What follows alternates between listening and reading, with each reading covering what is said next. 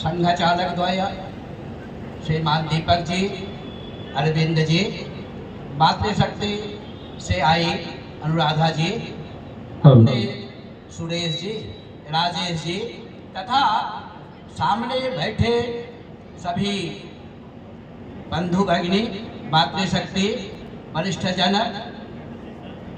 आज समाज में एकत्व भाव को स्थापित करने का यह जो क्रम चला है उसके कई स्वरूप है।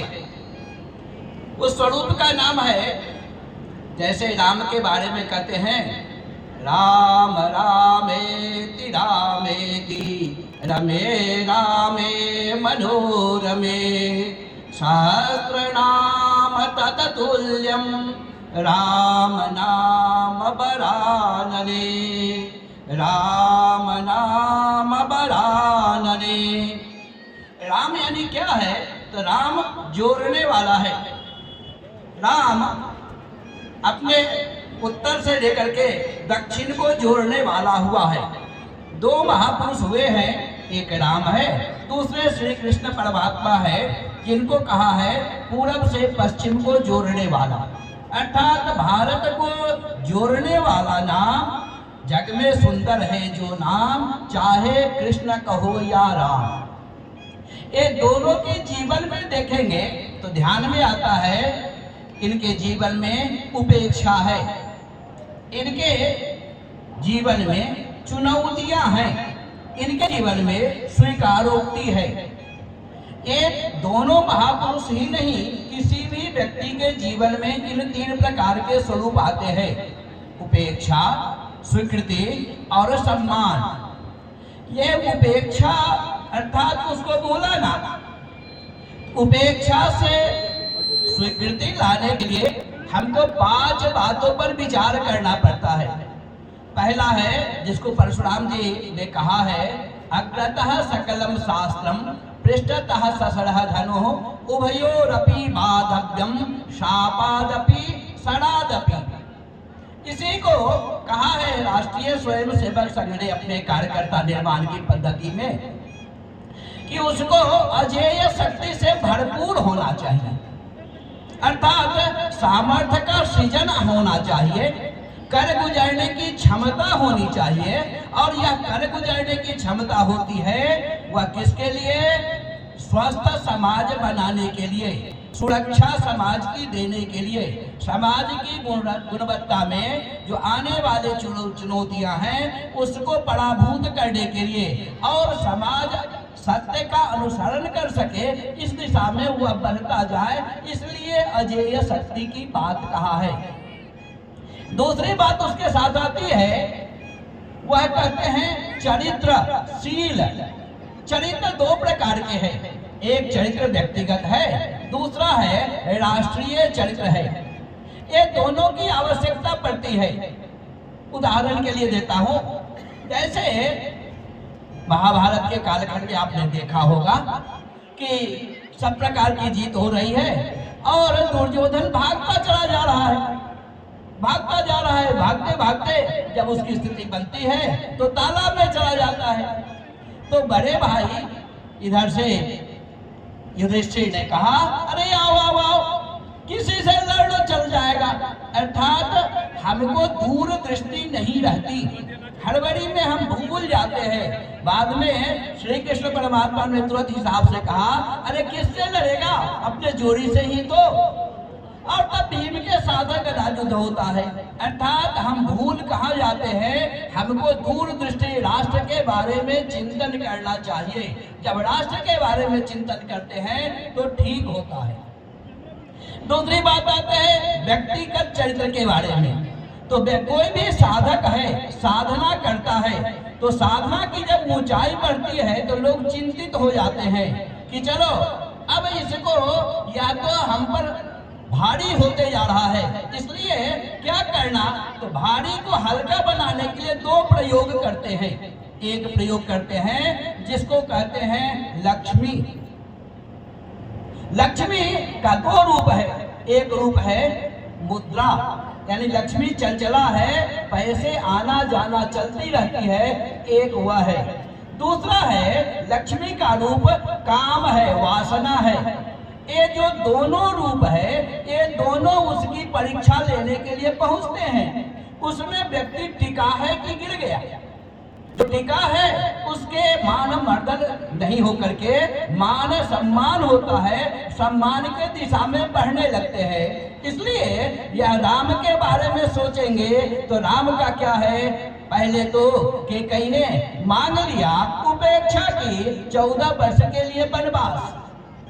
वनवास में जाते हैं तो वहां उनकी परीक्षा ठीक ठाक हो जाए, इसलिए वह चली आती है और कहती है कि मुझसे कर लो, शादी कर लो। अब वो कहते हैं कि अरे मेरी शादी हो गई है। नहीं, कैसे होगी? अब वहीं से शुरू हो गई, युद्ध का कारण प्रारंभ हो गया। तो कहने का अर्थ है साधक की परीक्षा होती है, उस परीक्षा में से चरित्र बल कैसा मजबूत है यह लेके चलना पड़ता है। समाज में भी कार्यकर्ता की परीक्षा इन चरित्र बलों से होता है, इसलिए चरित्र बल के बारे में विचार सतत करना। ये चरित्र बल हमको आगे ले जाता है, विश्वास दिलाता है। इसलिए क्यों, मैं कौन हूँ इसका ज्ञान होता है। तो मैं अर्थात व्यक्ति से लेकर के राष्ट्र तक है, भारत तक है।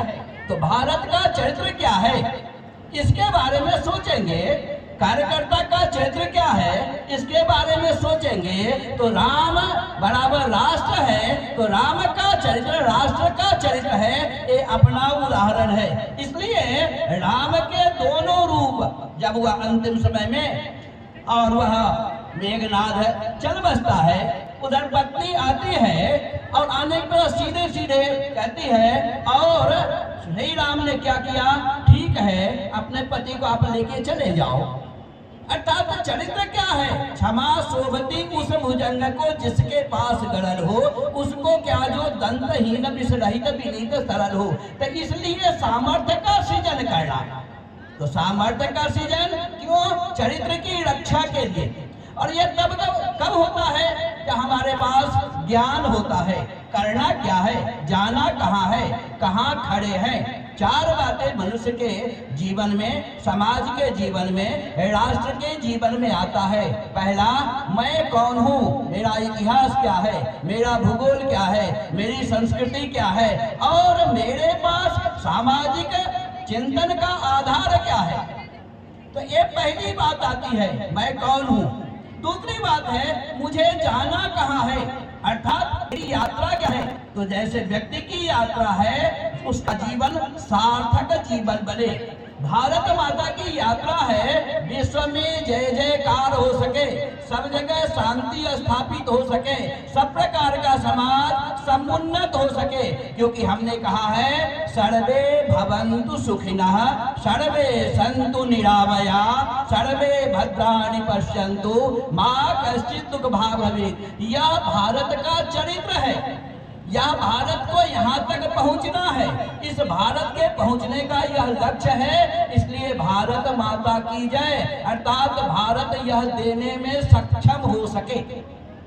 तो यह भारत देने में सक्षम हो सके, तो भारत है कौन, तो भारत अर्थात माता भूमि, पुत्रो हम पृथ्व्या, हम सब जो बेटा बेटी है इस माता की, वह हम इस प्रकार से अपने को ठीक करके समाज में दिशा देंगे। विश्व का कल्याण तब जाके होगा, क्योंकि हम मंदिर से तो कहते हैं विश्व का कल्याण हो, या विश्व का कल्याण कौन करेगा, हिंदू समाज करेगा। क्योंकि हिंदू समाज ही सबके बारे में विचार करता है। इसलिए हमको करना क्या है, इसके बारे में सोचना पड़ता है। चौथी बात है कि यह सोचते समय में सुख दुख आते हैं, उठापटक चलता है, जीत हार की बात बनती है, उसमें से ठीक से रहना पड़ता है, खड़ा होना पड़ता है, भागना नहीं पड़ता है। कहते हैं सुखे दुखे समे कृत्वा लाभा लाभौ जया जया। सुख में, दुख में, जय में, पराजय में जो स्थिर है उसी का नाम वीरव्रत है। अपने यहाँ अर्थात थोड़ी सी कुछ बात आ गई तो तुरंत मुंह छिपा लिया, नहीं नहीं, खड़ा रहना, उत्तर देना और समाज को सुरक्षा देने के लिए अग्रसर रहना। परीक्षा देनी पड़ती है, जैसे राम को परीक्षा देनी पड़ी वैसे ही परीक्षा देनी पड़ी। राष्ट्रीय स्वयंसेवक संघ को भी ऐसे ही अपने ही देश में परीक्षा देनी पड़ी। क्यों? भारत हिंदू राष्ट्र है, इसको डॉक्टर हेडगेवार ने कहा था। काम भी बढ़ी, कोई भी नेता नहीं, कोई नारा नहीं, कोई पार्टी नहीं, कोई व्यवस्था नहीं, उसमें से चलता बढ़ता हुआ आया। और आने के पश्चात फिर बाद में देश की स्वतंत्रता से पूर्व भारत का जो विभाजन हुआ, भारत सब समाज को सुरक्षित करने के लिए, संरक्षित करने के लिए सभी स्वयंसेवकों ने, समाज के लोगों ने सहभाग किया, जिसके कारण राजनीति की सत्ता डोल गई। और गांधी पथ जैसे तीन प्रतिबंध आए, उन तीनों प्रतिबंध में स्वयंसेवकों ने, माता भगिनी ने, समाज ने, सबने सहकार सहभाग किया और खड़ा होकर के संघ की 100 वर्ष की साधना वह बढ़ती हुई आज सहमति सम्मति की ओर बढ़ी है। जैसे राम को मिली, तो राम बराबर राष्ट्र नहीं थे। हिंदू समाज के लिए जो भी कोई काम करता है पहले उसके साथ उपेक्षा है, उपेक्षा के बाद स्वीकृति होती है और स्वीकृति के बाद फिर स्वागत होता है। ये 3 बातें हैं। तो चौथी बात है वीर व्रत की। स्वीकृति के लिए वीर व्रत है, क्योंकि युद्ध के समय में कौन नीचे है कौन ऊपर है उसका अर्थ नहीं आता है, बल्कि अर्थ आता है कि विजय किसके हाथ में है। तो विजय अर्थात जीतने वाला जब जीत जाता है तो दुनिया स्वागत करने के लिए बढ़ता जाता है। तो स्वागत करने के लिए वीर व्रत है। वह स्वागत वीर व्रत के साथ साथ वीर व्रत किसके लिए वीर व्रत है? तो कहा है ध्येय निष्ठा, ध्येय के प्रति निष्ठा। अर्थात ध्येय क्या है? भारत माता की जय जयकार हो। मेरा क्या है? ना तो हम कामये राज्यम ना स्वर्गम ना पुनर्भवम कामये दुख तप्ता नाम प्राणी नाम आर्तनाशनम। न मुझे, ना तो हम कामये राज्यम, राज्य की इच्छा नहीं है, ना स्वर्गम ना पुनर्भवम, स्वर्ग की इच्छा नहीं है, मेरी जय जयकार हो इसकी अपेक्षा नहीं है। काम ये दुख तप्ता नाम, अपेक्षा इतनी है जो भारतवर्ष के सभी लोग जो दुख से आतुर है, सब प्रकार के कष्ट से है, उन प्रकार के कष्टों से निकल करके प्राणी नाम आर्तनाशनम, उनका आर्त उनका कष्ट हम दूर कर सके। और जिसको कहा है राम राज्य, अर्थात राम राज्य की ओर ले जा सके। कहा है दैहिक दैविक भौतिक तापा राम राज्य काहू नहीं व्यापा। तो यह भारत माता इस प्रकार की बने कि वहां किसी प्रकार का संताप न रहे। और भारत माता तो अकेले नहीं, तो भारत माता के बारे में 3 रूप कहा है। पहला रूप कहा है किन्वंत स्वदेशो भूले त्रयम, अपना देश त्रिभुवन बने। दूसरा है कृण्वन्तो विश्व भार्यम, विश्व को श्रेष्ठ बनाएंगे। तीसरी बात है कब बनाएंगे? तो वसुधैव कुटुंबकम, वसुधा पर जो भी रहने वाले हैं सब अपने लोग हैं, परिवार के लोग हैं, परिवार के समान हैं। अर्थात देखने के भीतर हमारे किस प्रकार के हैं, इसलिए देखने की दृष्टि हमको बदलनी पड़ेगी, सोचने की दृष्टि बदलनी पड़ेगी, चिंतन की दृष्टि बदलनी पड़ेगी। यह जब सोचेंगे तो 3 प्रकार की बातें, अर्थात स्वदेशो भुवनत्रयम, अपना देश त्रिभुवन बने, अर्थात सामर्थ्य युक्त बने। अपना देश ज्ञान में, विज्ञान में, सामर्थ्य में श्रेष्ठ बनता जाए। इस प्रकार बनने बनाने के लिए राष्ट्र प्रथम के भाव आवे। जब राष्ट्र प्रथम का भाव आता है तो परिवर्तन की दिशा बदल जाती है। एक जो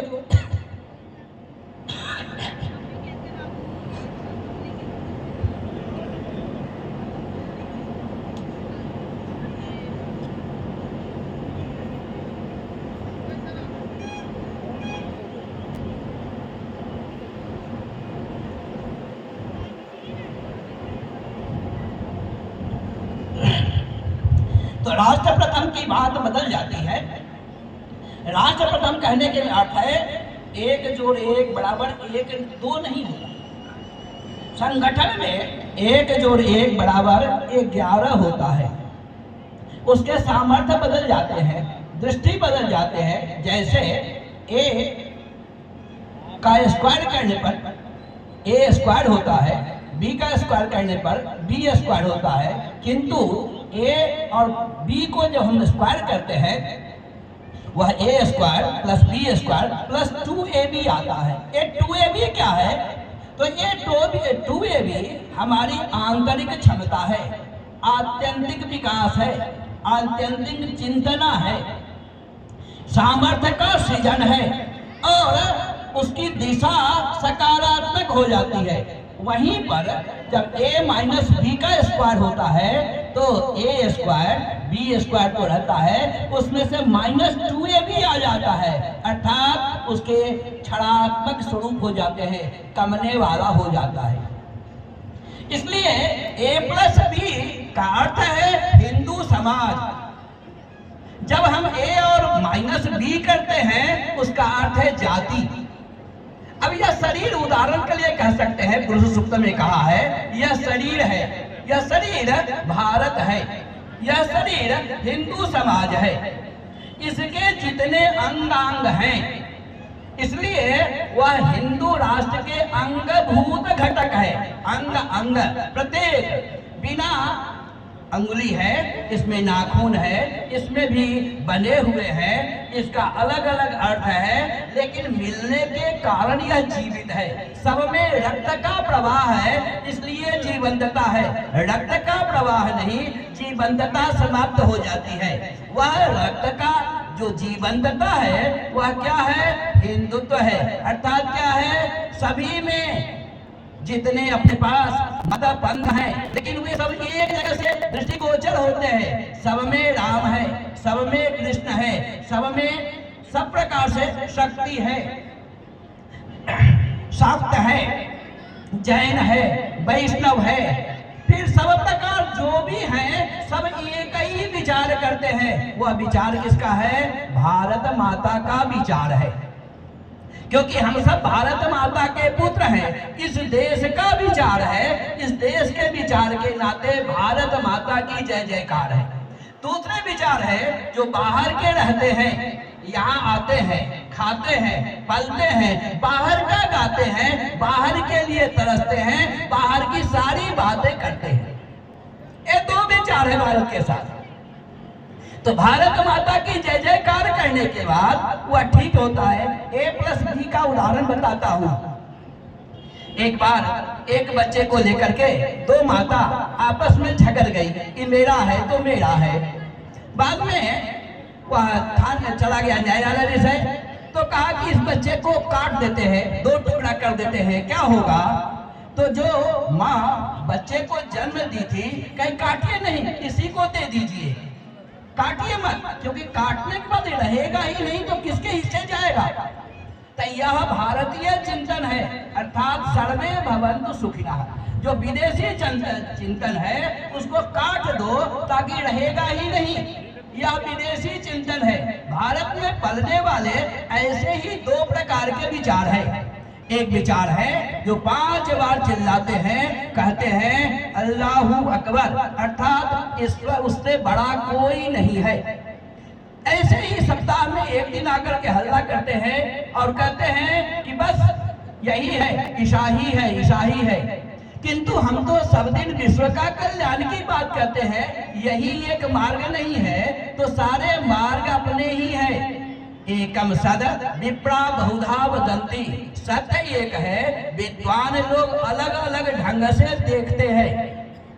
रामकृष्ण परमहंस ने सब प्रकार की विधा को देखा, काली की भी आराधना की, काली को भोजन कराया और बाद में चल करके और उससे अलग हट करके देखा तो सामने में गाय चरती हुई घास को रोदने लगती है, तो उनके पीठ पर दाग गाय के आते हैं, चिल्लाते हैं, इतना एक रूप हो जाते हैं, अर्थात यही ईश्वरत्व है।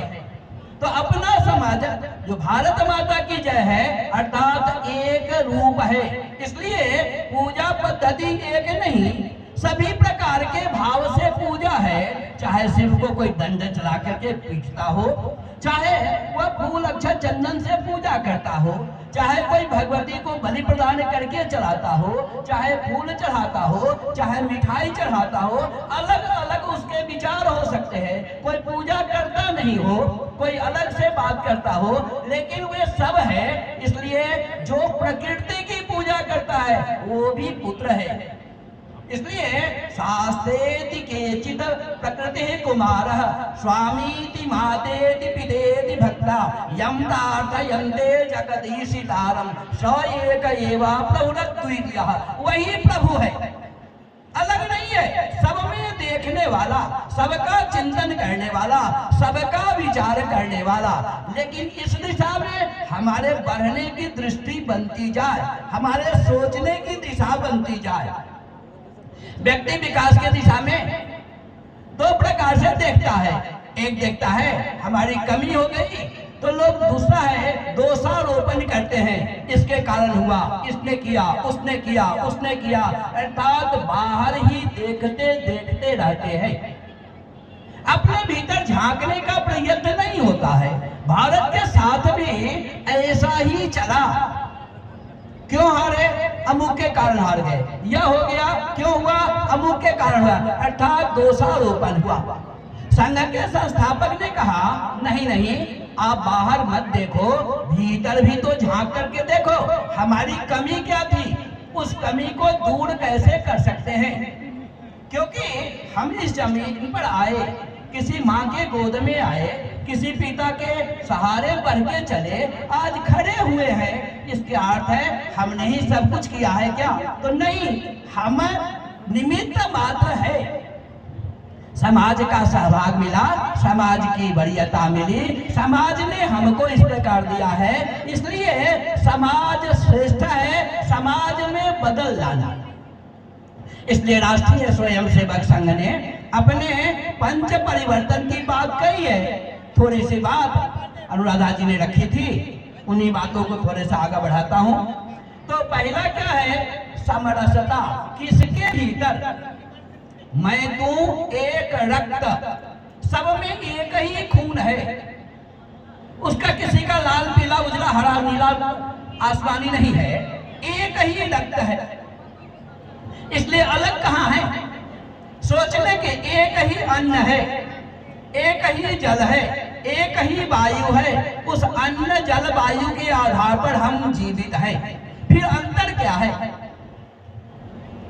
तो जाति व्यवस्था तो इसलिए बनी थी कि अपने कमी को हम दूर करके समाज को एक दिशा दे सके, एक दर्शन दे सके।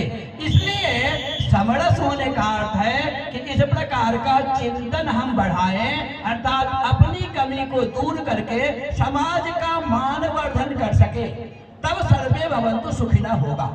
दूसरी बात है कुटुंब यानी परिवार।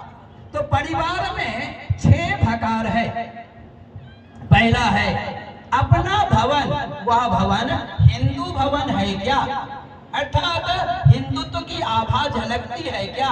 देवी देवता का अर्थ है क्या? सब प्रकार व्यवस्था है क्या? इसलिए भवन में स्वस्थिक है, देखते ही आनंद आ जाए। तो पहला है भवन। दूसरा है भजन। पूजा घर है क्या? हमारा उससे लगाव है क्या? बैठना होता है क्या? चारों के साथ बैठाते हैं क्या? फिर आरती आदि करते हैं क्या? श्रद्धा जागरण का केंद्र है क्या हमारा घर? तो दूसरी बात है भजन। तीसरी है भोजन, अर्थात मिलकर भोजन करने के पश्चात एक प्रकार प्रतीक्षा रहती है, अभी तक नहीं आया, अभी तक नहीं आया।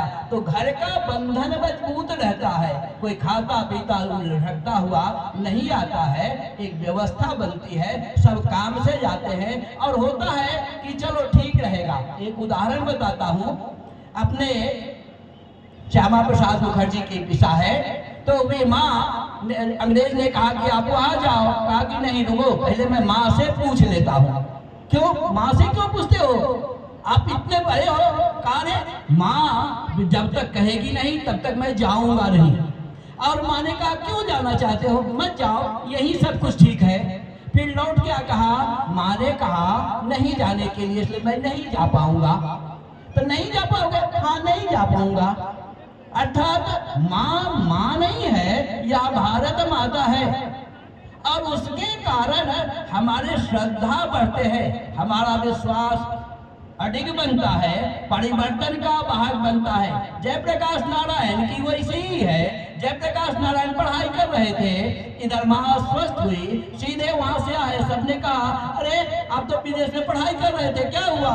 कहा नहीं माँ स्वस्थ है, पहले मैं जाऊंगा, तुम्हारी पढ़ाई छूट जाएगी। कहा छूट जाएगा तो क्या होगा, फिर आगे देखेंगे। और लौट आए। अर्थात माँ क्या है, तो माँ मात्र माँ नहीं है, तो श्रद्धा है, विश्वास है, और हमारे संस्कार के उद्गाता है। इसलिए इसको बचाए रखने के लिए भोजन है। उसके बाद चौथी बात यह है, वह है भाषा। भवन भजन भोजन के बाद है भाषा। भाषा यानी मातृभाषा। अब आप काम करते हैं, वहाँ की भाषा अलग बोलिए, लेकिन घर में आते हुए भाषा को, अपनी भाषा बचाए रखें, क्योंकि आज भाषा मरती चली जा रही है। तो इसको कौन रोकेगा? कभी भी कोई मुसलमान ईसाई अपनी उसी भाषा में बात करता है, व्यवसाय की जगत को छोड़ दीजिए। लेकिन हिंदू समाज तुरंत बदलता चला जाता है, इसलिए अपनी भाषा के बारे में वह बनाए रखा है। पांचवी बात है भूषा, अर्थात वेशभूषा।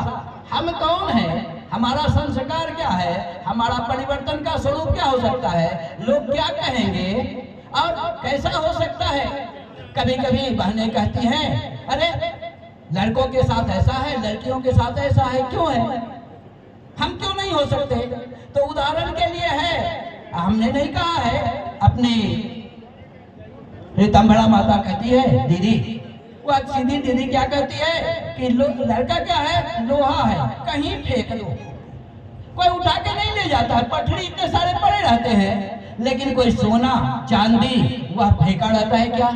एक तो बैग है, बैग में भी रखा है, फिर उसमें भीतर है, उसमें भीतर में सुशोभित है, इतने भीतर से उसके होने के बाद तब वह गहना है, आभूषण है। तो यानी बहने इज्जत है, प्रतिष्ठा है, इसलिए प्रतिष्ठा के नाते उन्हें कैसे रहना, इनको उनका विचार स्वयं से करना है कि हमको कैसे रहना है, तो मेरा वेशभूषा कैसा है। और छठी बात है, वह कहते हैं भाव से भ्रमण, अर्थात तीर्थाटन करने जाना, कुंभ जाना। क्यों जाना? एकता को देखने के लिए।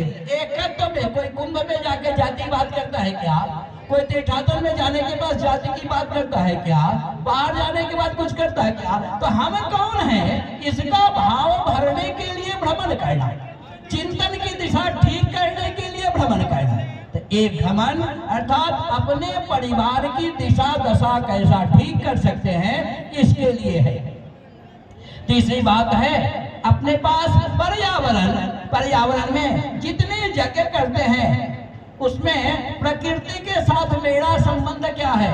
उदाहरण के लिए कहते हैं माता भूमि पुत्रो हम पृथिव्या। यह माता है, धरती माता, हम उसके पुत्र हैं। तो जितने जीव जंतु हैं उनके साथ हमारा संबंध क्या है? इसलिए चींटी को चीनी देने के लिए, सांप को दूध पिलाने के लिए सब प्रकार की बातें हम रखते हैं, और रखने के बाद वहाँ सबकी पूजा करते हैं। यहाँ तक कि जाते हैं तो जो साहिक है उस कांटा से भरा है, उसके मान की भी पूजा करके आते हैं, आम बहुआ का भी करके आते हैं, अर्थात प्रकृति के कारण है। क्यों करते हैं ऐसा? तो वृक्ष यानी प्रकृति के साथ चलते हैं, हमारी जीवंतता बनी रहती है। तीन बातें हैं, जैसे पृथ्वी है, जल है, वायु है, इन तीनों पर ही हमारा जीवन सहज सरल है। इन तीनों बातों को लेकर के तो पृथ्वी प्रदूषण मुक्त बना सके, इसके लिए हमको काम करना है। दूसरा है जल प्रदूषण मुक्त हो सके, इसलिए काम करना है। तीसरा है वायु प्रदूषण मुक्त हो सके, इसलिए आप सबके पास आज मोबाइल है, आप देख रहे होंगे घटना क्या क्या घट रही है, कैसे लोग बीमार पड़ रहे हैं, कैसे लोग मर रहे हैं। आज हॉस्पिटल में कैंसर के रोगों की संख्या के लिए हॉस्पिटल में जगह नहीं मिलती। अभी पटना में IGVS गया था देखने के लिए, तो देखा कि बेड नहीं है, सब नीचे अपना प्लास्टिक बिछा बिछा करके उसी पर इलाज करा रहे हैं। यह जो बीमारी के दौर आए हैं, खान पान का कैसा है, ये जो प्रदूषण है, यह प्रदूषण दूर करना है तो कहां से करेंगे? तो पर्यावरण को ठीक करना पड़ेगा, पेड़ लगाएंगे। पेड़ लगाने के पश्चात क्या है, वायु की शुद्धि हो जाएगी। जो ही लगाएंगे जल का स्तर ऊंचा आ जाएगा। तीसरी बात क्या है कि हमारे जीवन को एक फल भी देगा, अनाज भी देगा, हमारा पेट भरने का एक माध्यम होगा। दूसरी बात है कि पर्यावरण को संतुष्ट करने के लिए प्लास्टिक छोड़ना, सिंगल यूज प्लास्टिक छोड़ना। लिया फेंका तो वह सड़ता नहीं है, गलता नहीं है, किसी काम का होता नहीं है। अब क्या कर सकते हैं हम, बाहर फेंकने के लिए तो नहीं है। आप लाइए, लाने के बाद प्लास्टिक आप रखे हैं, एक बड़ा बोतल ले लीजिए, उसका काट लीजिए, छोटे ग्लास है, उस ग्लास में मिट्टी रख लीजिए, रख करके उसमें एक छोटा छोटा पौधा तो लगा सकते हैं, छोटे छोटे फूल तो हो सकते हैं। अभी एक घर में मैं गया था, अभी तुरंत टाटा में, तो टाटा में जाकर के कुणाल जी के घर में देखा कि पर्यावरण के दृष्टि से वे सारी व्यवस्था कैसा अच्छा कर सकते हैं। एक हम मिट्टी उठा लिए, उसी प्लास्टिक में जितने पतले सब्जी से आते हैं प्लास्टिक, उसको यदि भरते चले गए तो इको ब्रिक बन सकते हैं। तो हम प्लास्टिक नहीं करें तो प्लास्टिक को बचा सकते हैं क्या? जो कचरा में जा रहा है, उर्वरक समाप्त कर रहा है, प्रदूषण को बढ़ा रहा है, उसको कैसे हम रोक सकते हैं? तो एक पर्यावरण के बारे में, हमको उसके बारे में थोड़ा सा बिजली, पानी और ये आवाज, ये तीनों को हम कैसे ठीक कर सकते हैं। इसके लिए जितनी आवश्यकता है उसका प्रयोग करें। टोटी खुला हुआ है, टूटा हुआ है, उसको थोड़ा सा बदल कर सकते हैं क्या? थोड़ा सा योजना बना के बदल सकते हैं क्या? कैसा कर सकते हैं? बिजली जितनी आवश्यकता है उतना जलाइए, नहीं आवश्यकता है बुझा दीजिए, तो दूसरे के काम में भी आ जाएगा। सबके साथ हम जी सके, सबके साथ ले सके तो पर्यावरण अच्छा हो जाएगा। इसलिए पानी बचाओ, पेड़ लगाओ, प्लास्टिक मुक्त कराओ, ये तीन बात हम अपने परिवार में कर सकते हैं तो पर्यावरण का पालन यहाँ से प्रारंभ हो जाएगा। चौथी बात है स्व के बारे में। स्व का अर्थ है तीन प्रकार की बात। पहला है धर्म, दूसरा है उसको कहते हैं कर्म, और तीसरा कहते हैं स्वधर्म, स्वदेश। तीन बात। तो स्व का अर्थ है धर्म के, धारणात् धर्म में त्याहो। धारण मतलब क्या है? मेरी माँ है, मेरी बहन है, मेरा भाई है, मेरा भतीजा है, ये संबंध को पक्का रखना। ये पक्का होने के पश्चात खराबी नहीं आती है, नीचे गिरना रुक जाता है। तो यह जब नीचे गिरना रुक जाता है, मैं कौन हूँ, मेरा संबंध क्या है, तो आज जो कई प्रकार की बातें आ रही है उस पर हम रुक सकते हैं, बचा सकते हैं, समाज का संरक्षण, संवर्धन और सुरक्षा दे सकते हैं। इसलिए धर्म को धारण करने के लायक बता। दूसरी बात है रोजगार। अपना समाज रोजगारोन्मुख था, इसलिए जाति बनी थी, सबने अपना अपना काम पकड़ा था। आज हमको विदेशी नकल सकल के आधार पर सब काम, अपना काम खराब है, दूसरे का काम अच्छा है, अपना काम खराब है, दूसरे का काम अच्छा है, इसलिए बाहर झांकते चले गए, अपना काम छोड़ते चले गए। हमारे सारे काम पर बाहर के लोग आकर के बैठते चले गए। आज हम हिंदू समाज को छोड़कर कोई समाज नहीं कहता है मैं बेरोजगार हूं। तो यह बेरोजगार से मुक्ति का अर्थ है अपने अपने स्थान को पकड़ के बैठिए, उसमें से गुणवत्ता दे सकते हैं, उसका प्रगटीकरण कर सकते हैं। अपने यहाँ ही पहले क्या था, तो एक अंगूठी में से थान भर कपड़ा जाता था, ऐसे अपने लोग बनाए थे। अपने लोग की बारीकता थी, प्रामाणिकता थी, गुणवत्ता थी, उसमें कमी आई है। उस कमी को हम कैसे दूर कर सकते हैं? तो रोजगारोन्मुख व्यवस्था बनेगी और गुणवत्ता बनेगी, भारत का स्वरूप बदल जाएगा। तो आर्थिक तीसरी बात है वह स्वदेश। स्वदेश मतलब अपने देश को आत्मनिर्भर बनाना, अपने देश को गौरवमय बनाना, अपने देश को प्रामाणिक बनाना, अपने देश की चुनौतियों को समाप्त करने के लिए विकल्प देना, अपने देश के बारे में सर्वतोमुखी विकास कैसा हो सकता है, इस विकास के बारे में चिंतन करना, मंथन करना, दिशा देना। जब यह चिंतन दिशा मंथन करेंगे तो इस प्रकार से तब अपना भारत क्या होगा, आत्मनिर्भर भारत। आज के समय में सब प्रकार की व्यवस्था देने वाला, जहाँ चाइना कहता था मैं शस्त्रास्त्र में आगे हूँ, आज वहाँ भारत आगे बढ़ता दिख रहा है। आज विश्व के रंगमंच पर दूसरा स्थान लेके चला आया है। और अलग अलग प्रकार से अभी तेल के बारे में एक राजस्थान में 9 केंद्र बन गए हैं, उत्तर प्रदेश में कई केंद्र बन गए हैं, जहाँ कई प्रकार की बातें हो रही है। कहते हैं कि ईरान मना कर रहा है, ये नहीं खुलेगा, वो नहीं खुलेगा। उस अवस्था में से हम स्वतंत्र, हम अपने प्रकार अपने आधार पर खड़ा हो सकते हैं। भारत विश्व गुरु बनने की दिशा में बढ़ सकता है, इसका प्रयत्न अर्थात स्वदेश। इसलिए स्वदेशो भुवनत्रयम्, यह जो हमारी भावना है, राष्ट्र प्रथम, इस प्रकार की विचार करना। ये विचार कब चलेंगे, जब नागरिक को अपना कर्तव्य ज्ञान होगा। मेरा भारत महान कैसे, हमको चलना कैसे है, मेरी सुरक्षा कहाँ है, मेरी संरक्षा क्या है, भारत की प्रगति का आधार क्या है, भारत के अस्तित्व का क्या है। तो पहला है जी हमको उपेक्षा मिलती है, बाद में थोड़े से दौड़ लगानी पड़ती है। अपने भारत की जय जयकार करने में विदेशी कंपनी ने उपेक्षा की, अरे क्या होगा, कहाँ होगा, कैसा होगा। आज भारत के बारे में धीरे धीरे स्वीकारोक्ति बन गई और भारत के लोग दवाई लेने के लिए अमेरिका भी मांग रहा है। अर्थात भारत की प्रगति का आधार क्या है, तो विश्व के रंगमंच पर भारत की जय जयकार कैसी हो सकती है, यह बढ़ती गई है। यह ताकत किसकी है, ज्ञान की है, विज्ञान की है। सभी बहने भाई बढ़कर के काम कर रहे हैं, एक से एक नया शोध करते जा रहे हैं। इस शोध के आधार पर परिवर्तन आ रहा है। अर्थात भारत कैसा है, भारत आभा विभा प्रभा में जो रत है वह भारत है, हम उसकी संतान है। इसलिए राष्ट्र प्रथम की भूमिका लेकर के जय जयकार करेंगे। तो भारत माता की जय जयकार करने का अर्थ है पुत्र रूप समाज, जिसको कहा है वयम अमृतस्य पुत्राः, हम अमृत की संतान हैं। हम बदलेंगे, युग बदलेगा, समाज परिवर्तन होगा और भारत माता की जय जयकार होगी।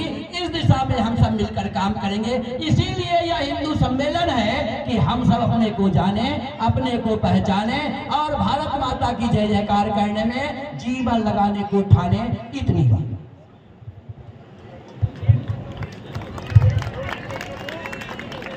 भारत माता की जय।